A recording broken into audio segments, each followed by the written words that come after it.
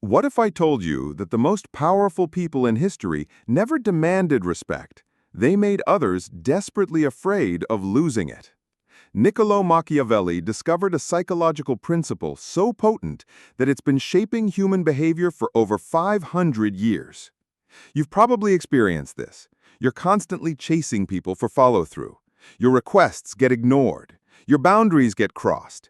People make promises they don't keep, and somehow you're the one left feeling guilty for bringing it up. Maybe it's your coworker who consistently misses deadlines on collaborative projects.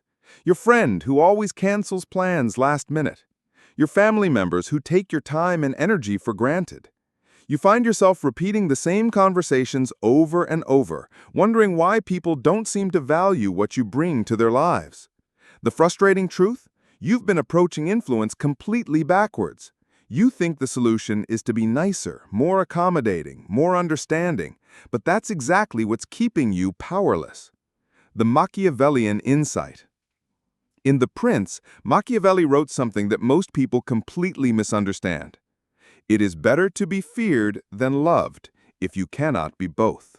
But here's what he really meant, and it's not about being cruel or manipulative. He was talking about the fear of loss, not the fear of punishment. The most influential people don't make others afraid of what they'll do to them. They make others afraid of what they'll lose if they disappoint them. This is the difference between power based on intimidation and power based on perceived value. The psychology behind fear of loss. Loss aversion is one of the most fundamental principles in human psychology. Research by Daniel Kahneman and Amos Tversky proved that people feel the pain of losing something twice as intensely as the pleasure of gaining the same thing. This isn't just about money or material possessions. It applies to relationships, opportunities, status, and access. When someone fears disappointing you, they're not afraid of your anger. They're afraid of losing their connection to whatever value you represent in their life. This could be your expertise, your network, your emotional support, your collaborative partnership, or simply the positive regard they've worked to earn from you. The 3 pillars of Machiavellian influence. Pillar 1. Scarcity of access. The first principle is understanding that availability destroys influence. When you're always accessible, always accommodating, always saying yes, you train people to devalue your time and attention. Think about the most respected professor you know. They probably have office hours, not an open-door policy. They respond to emails within a reasonable time frame, not immediately. They make students work for their attention and feedback. This isn't rudeness. It's the creation of scarcity around a valuable resource. The same principle applies in every relationship. Your time, energy, and expertise become more valuable when they're not unlimited. This doesn't mean being deliberately difficult or playing games. It means having genuine boundaries and sticking to them consistently. Pillar 2. Conditional Positive Regard. Here's where most people get Machiavelli wrong. The fear of disappointing you shouldn't come from threats or anger. It should come from the possibility of losing your positive regard. When someone consistently delivers for you, they earn increased trust, access, and collaboration. When they don't, they lose these things naturally, without drama or confrontation. You don't punish them. You simply invest your energy elsewhere. This is how high performers think. They don't waste time trying to motivate the unmotivated. They focus their attention on people who demonstrate reliability and reciprocity. The fear of being excluded from this inner circle of trust becomes a powerful motivator for better behavior. Pillar 3.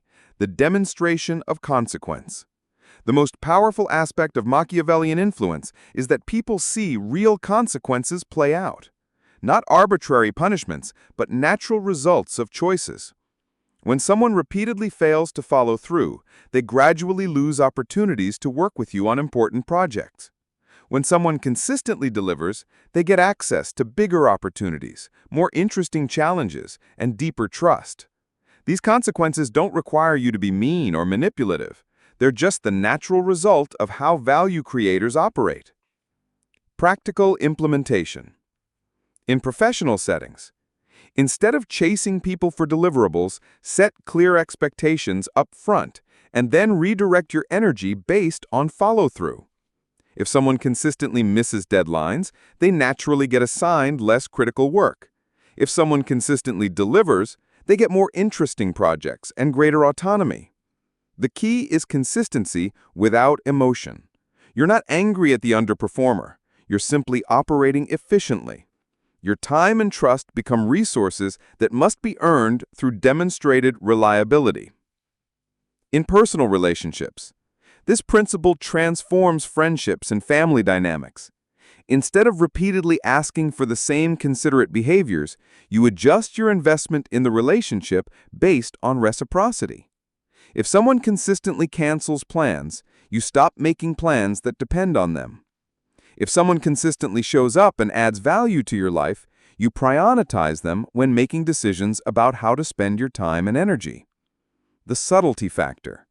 The most effective implementation of this principle is almost invisible.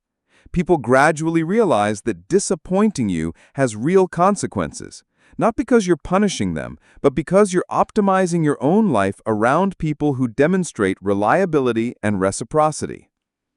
Common mistakes to avoid. The biggest mistake is turning this into a manipulation tactic. If you're consciously withholding or creating artificial scarcity to control people, you're missing the point entirely. This principle works because it's based on genuine value and natural consequences, not manufactured drama. Another mistake is expecting immediate results. Building this kind of influence takes time because it's based on patterns of behavior, not single interactions. People need to see consistent evidence that disappointing you has real costs before they adjust their behavior accordingly. Finally, don't confuse this with being cold or emotionless. You can be warm, supportive, and encouraging while still maintaining clear boundaries and expectations. In fact, the combination of warmth with clear standards is often the most powerful formula for influence. The long-term effect. When you consistently implement these principles, something interesting happens. People self-select. Those who don't value reliability and reciprocity gradually fade from your inner circle. Those who do value these things become more invested in maintaining their positive relationship with you. You end up with a network of relationships characterized by mutual respect, reliable follow-through, and genuine appreciation for each other's contributions. This isn't manipulation. It's the natural result of creating and maintaining standards. Here's what you can do right now to start implementing Machiavelli's secret. Identify one relationship where you've been over-accommodating. Choose one specific boundary or expectation that you're going to start maintaining consistently. Don't announce it dramatically, don't give ultimatums, simply start operating differently.